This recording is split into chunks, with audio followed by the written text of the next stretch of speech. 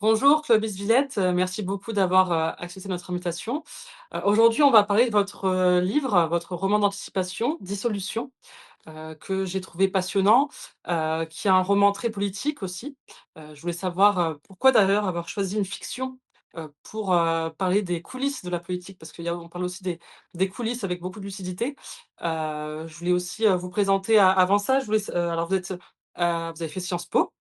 Vous avez travaillé au sein de l'Assemblée nationale et vous êtes, l'auteur aussi d'un premier roman qui s'appelait Le Puceron, dont vous pourrez peut-être nous parler, nous expliquer, et puis de ce roman-là donc, qui m'a beaucoup, intéressée. Puis on observe aussi tout ce qui se passe, au sein, j'ai envie de dire de la politique, mais des politiques en fait, des illusions et cetera. On va essayer d'y revenir. Vous ouvrez le roman avec une citation de Milan Kundera. C'est ce qui m'a, le plus, intéressée, sur la souveraineté. Donc cette citation, c'est: «Est-ce que quelqu'un aime encore ce pays?» Heu et je voulais savoir si vous pensez que la souveraineté aujourd'hui est devenue quelque chose de une question affective, autant que politique? Oui, merci pour le compliment, du roman et puis merci de m'inviter aujourd'hui sur votre chaîne. Hem, c'est vrai que, je suis un grand fan de Kundera et je trouve que cette citation est particulièrement juste, en épigraphe, hem et finalement je l'ai trouvée vers la fin de l'écriture du roman et en fait, je trouve qu'elle résume une grande question qui le parcourt, qui pourrait être: «Qu'est-ce vraiment qu'un pays?» Au-delà, des frontières dont on parle souvent, au-delà d'une vision administrative ou économique, comme on l'apprend en cours de politique publique. Et ce que j'ai tenté de faire justement, c'est explorer chez les personnages qui le vivent, la souveraineté comme un sentiment, intime. Alors, c'est un sentiment dont on parle pas beaucoup, qui peut être assez flou, parfois contradictoire, parfois presque oublié. Et qui peut se vivre, selon certains, comme un sentiment d'éloignement par rapport à la société, comme une perte de repères communs, hem et surtout ce que j'observe, comme une difficulté à espérer en l'avenir. Je voulais aussi, revenir sur le parti politique, un des partis politiques importants, du roman, Libre Humanité. Donc, si j'ai bien compris, c'est un parti plutôt à gauche, et ce parti-là va justifier une gouvernance mondiale, par, l'enjeu écologique en réalité. Et je voulais vous demander si vous pensez que, la dilution de la souveraineté, était un enjeu, et si c'était finalement un moyen, utilisé par, certains politiques, finalement, et qu'il y avait certains prétextes, à cela, comme par exemple ça peut être l'immigration ou, la gestion, voilà, de la transition écologique et cetera. Oui, c'est vrai que c'est vraiment, des thèmes centraux dans la politique du roman, hem et disons, je vais procéder en 2 temps pour ma réponse. Premièrement, au-delà de la crise écologique planétaire, donc il y a un contexte très présent dans le roman, parce qu'il y a des catastrophes naturelles beaucoup plus qu'aujourd'hui, beaucoup plus puissantes et donc les gens sont amenés à se questionner. Hem, ce qui m'intéressait plus donc au niveau des personnages qui le vivent, c'était de développer ce sentiment finalement très contemporain de l'éco-anxiété. Comment l'éco-anxiété peut ronger de l'intérieur, et être assez morbide finalement. Comment aussi, d'un côté plus positif, elle peut ouvrir des voies et créer des motivations personnelles très fortes. Et à travers ces 2 idées politiques qui se trouvent opposées dans le roman, qui sont pas forcément contradictoires, mais comme vous le dites, d'un côté la coopération écologique internationale et de l'autre la souveraineté.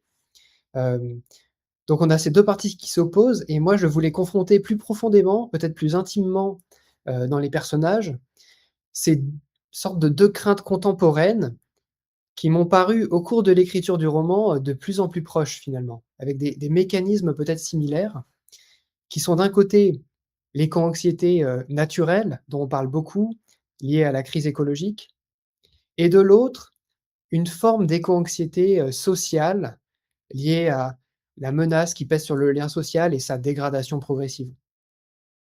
Alors, cette éco-anxiété, elle peut aussi mener, parfois à, de véritables radicalisations. en réalité, voire à de l'écoterrorisme. Alors c'est pas le cas évidemment de toutes les personnes qui sont anxieuses pour, l'enjeu écologique, mais, dans votre roman, en tout cas, c'est ce qui se passe pour un personnage sans vouloir, spoiler, hein, vous m'arrêtez si j'en dis trop, mais on a un personnage qui va se radicaliser réellement. Est-ce que vous avez voulu aussi montrer comment des minorités politiques peuvent déraper? Parce que c'est quelque chose qu'on a aussi vu dans l'actualité. C'est pour ça que votre roman, est vraiment véritablement un roman d'anticipation, parce que vous anticipez aussi beaucoup de phénomènes que l'on, trouve, actuellement. Est-ce que c'est ça que vous avez voulu montrer finalement les dérapages probables, des groupuscules? Oui, alors c'est vrai, que depuis les événements récents avec la jeune garde, beaucoup de lecteurs, sont revenus vers moi, en citant cette analogie, parce que dans le roman, il est aussi question d'un attaché parlementaire, aussi question d'un meurtre. Hem Et donc, bon, plus profondément, on va dire, dans le roman, le postulat de départ, c'est qu'on ne rejoint pas un mouvement violent, de manière anodine. Et au début du récit, cela paraît même impensable pour les personnages, qui sont issus de classes, plutôt aisées, qui sortent de Sciences Po. Et bon, alors au-delà de la scène d'action que cela suscite et qui littéralement m'a donné un peu de fil à retordre, en effet, il y a cette opération violente. Et ce qui m'intéressait depuis le début du roman, c'était le cheminement émotionnel vers ce point de rupture, où de l'action démocratique, noble, désintéressée, on bascule vers la violence qui là est beaucoup plus controversée tout de suite. Et vous parlez de chemin émotionnel, dans votre roman aussi beaucoup de personnages, alors c'est un roman réaliste, hein, donc évidemment ça raconte vraiment ce qui se passe, ce qui peut se passer, en politique. Beaucoup de vos personnages, connaissent des désillusions. Ils s'engagent, en politique avec, de belles convictions, de beaux idéaux. Et finalement, au fur et à mesure, des pages, ils avalent des couleuvres, hein, comme vous le dites, dans le roman, et ils vivent des illusions en réalité, face à la réalité du monde politique. Et donc je voulais savoir si c'était plutôt si vous voulez montrer un peu le reflet d'une crise, dans la représentation, politique actuelle. Est-ce que c'est ça que vous avez voulu nous dire à travers ces désillusions de chaque personnage d'ailleurs? Oui, alors, c'est vrai, il y a 2 aspects. C'est une lecture assez juste que je m'étais pas forcément faite au départ. Hem, Quasiment tous les personnages s'engagent dans la politique, avec tous les sacrifices que cela va comporter, pour des idéaux. Hem, pour l'idée même, parfois qui peut sembler un peu naïve, de rendre le monde meilleur. Voilà. Hem Et donc il y a, comme vous le dites, un parcours d'apprentissage de jeunes qui sortent de Sciences Po avec de belles idées, prises dans des cours théoriques et qui se retrouvent, soudain, confrontés, à la pratique politique et donc avec les désillusions, que l'on peut imaginer. Donc il y a en effet cette contradiction, heu, j'ignore si elle a été, toujours, comme cela entre la pratique et la théorie, mais il y a aussi, je crois, hem plus intimement peut-être, je voulais explorer cette tension chez les personnages entre les idéaux politiques d'un côté et le reste de leur vie de l'autre. Et je pense notamment à leur histoire d'amour, qui va être un fil rouge du roman et où le fait de travailler pour 2 partis opposés va se révéler, problématique et même contradictoire avec, leurs sentiments. Bien sûr, et ça illustre bien, comment, ben, finalement la politique est quelque chose de très, intime, hein, finalement aussi, hein, et que ça touche à c'est pour ça que c'est autant, quelque chose de très passionnel en réalité. Et donc je voulais aussi, quand on parle des désillusions, il y a une désillusion d'un personnage qui m'a beaucoup intéressée, c'est, une des personnages, qui va s'apercevoir que, une ONG pour laquelle elle travaille, heu, une ONG en plus, écologique, pour laquelle elle travaille, finalement est financée par des groupes privés qui n'ont rien d'écolo. C'est quelque chose qui, se produit aussi dans la réalité, que l'on vit. Alors, est-ce que vous voulez dénoncer aussi une certaine hypocrisie qu'on peut retrouver dans ces ONG? Oui, alors, sans vouloir, divulgacher en disant trop, sur cette ONG, donc qui s'appelle, Orange Drone, heu et qui utilise des drones pour, compter, répertorier les nids d'orang-outans dans, la forêt amazonienne, la forêt indonésienne. Hem, Ce que j'ai voulu creuser dans le roman, ce sont, bon, les motivations du militantisme, mais dans les motivations, il y a les motivations personnelles, sentimentales et finalement ce qui m'a frappé, lorsque j'ai travaillé à l'Assemblée nationale, ce sont les 1000 variations de points de vue qui peut exister au sein d'un même mouvement ou d'un même parti ou d'une même ONG. Et donc pour revenir à cette ONG Orange Drone, hem, vous avez raison de le mentionner, on découvre petit à petit différentes opinions entre une des héroïnes, la militante de terrain, mais aussi le chef de l'organisation qui lui a peut-être plus un plan pour son organisation plus stratégique, hem, jusqu'aux financeurs de l'ONG qui eux aussi ont des objectifs et pas forcément les mêmes. Heu, Sans dire qu'ils s'opposent, c'est vrai que tout de suite ça a fait, un clash entre les idéaux d'un bout à l'autre de la chaîne. Et donc alors qu'on parle souvent des oppositions politiques entre partis dans l'actualité, dans les débats, je voulais justement explorer dans le roman cette partie de tension et de contradictions internes qui sont souvent moins connues, voire invisibles, de l'extérieur. C'est vrai que ça me rappelle aussi un de nos invités, qui avait, David Ingels, qui avait écrit ce roman, Le Retour du roi, dans lequel il parlait des aussi des toutes les confrontations qu'il pouvait y avoir dans un camp politique, en réalité, entre les personnes internes, et que, finalement, les 1ers adversaires des personnalités politiques sont au sein de leur propre camp, en réalité, avant d'être en face et c'est vrai que votre livre, l'illustre, aussi. Je voulais aussi parler d'un événement qu'il y a dans le livre, mais qui est pas vraiment un événement, qui est aussi un des fils conducteurs. C'est, le meurtre d'une femme sans papiers qui, a agi aussi comme un élément déclencheur. Je voulais savoir si, finalement, vous vouliez démontrer peut-être que les faits divers deviennent des instruments centraux de confrontation en politique. C'est ce que c'est ce qu'on un peu on a l'impression d'apercevoir en réalité dans l'actualité, continue de la politique. On commente beaucoup les faits divers et finalement ils deviennent les partis politiques se les approprient, alors à tort ou à raison, hein, on peut en débattre. Mais est-ce que c'est ce que vous vouliez, démontrer? Oui, alors dans la vie politique, les faits divers, je pense, font souvent prendre conscience au grand public de réalités, bien plus généralisées. Mais en même temps, dans la mesure où, par définition, un fait divers est un événement isolé, à chaque fois, on peut se poser la question de sa représentativité. Par exemple, dans Dissolution, les personnages vont vivre des événements concrets, du marchandage politique aux émeutes, à la destruction d'espaces naturels, voire même à une opération violente, qui va elle-même devenir un fait divers public. Et en fait, ce que j'aime bien dans la littérature, c'est qu'à travers cet ensemble de faits concrets, on pourrait quasiment dire de faits divers vécus par les personnages, la lecture ou la littérature est capable de nous faire induire, de nous faire recréer un monde bien plus global que cette histoire singulière. Bien sûr.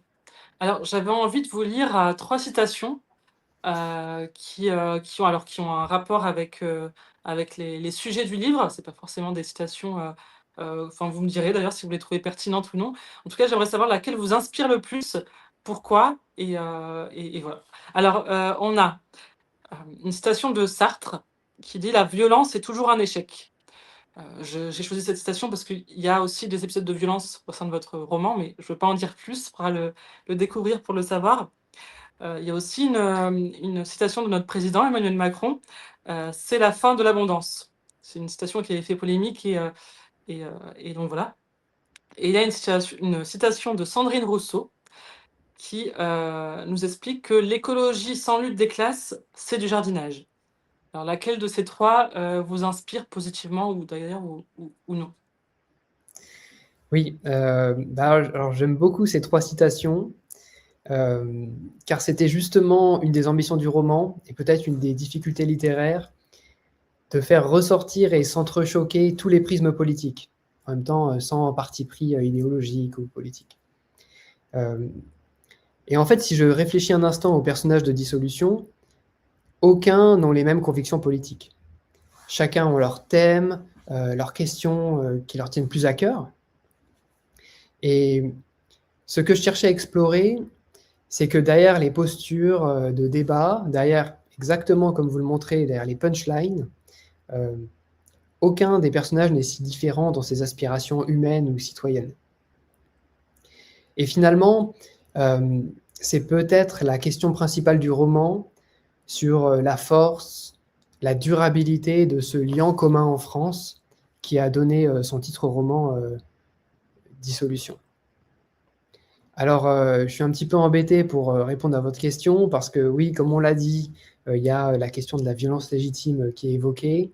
Euh, il y a aussi certains problèmes majeurs de la société, donc en effet, on est plutôt sur une fin d'abondance. Euh, et puis, bon, comme vous l'avez dit, un thème central, c'est l'écologie. Et clairement, on ne va pas être dans du jardinage. Très bien, donc oui, les 3 finalement vous inspirent, mais je le comprends parce qu'en fait, finalement, oui, votre roman, finalement, traite ces 3 sujets.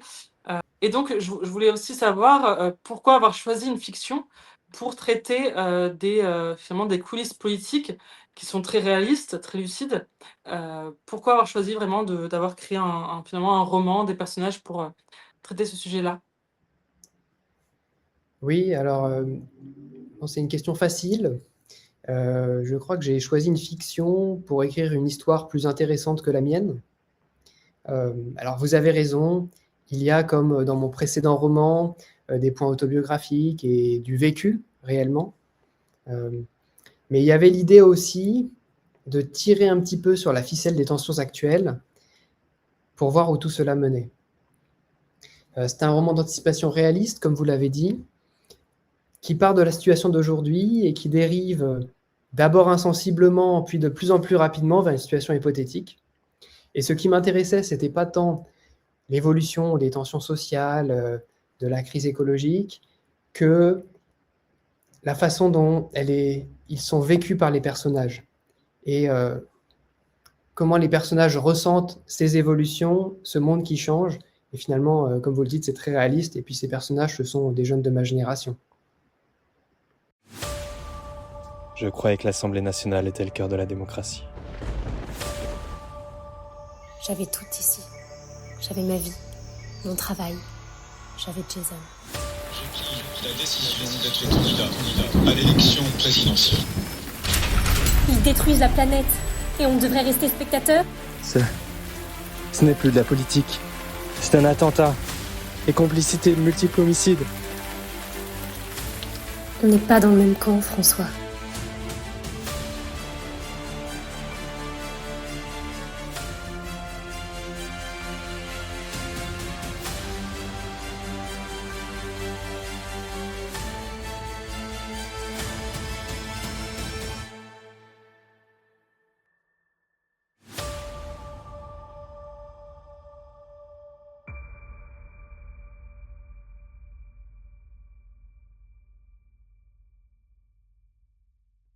Est-ce que vous pouvez nous dire, où nous procurer ce roman, s'il vous plaît?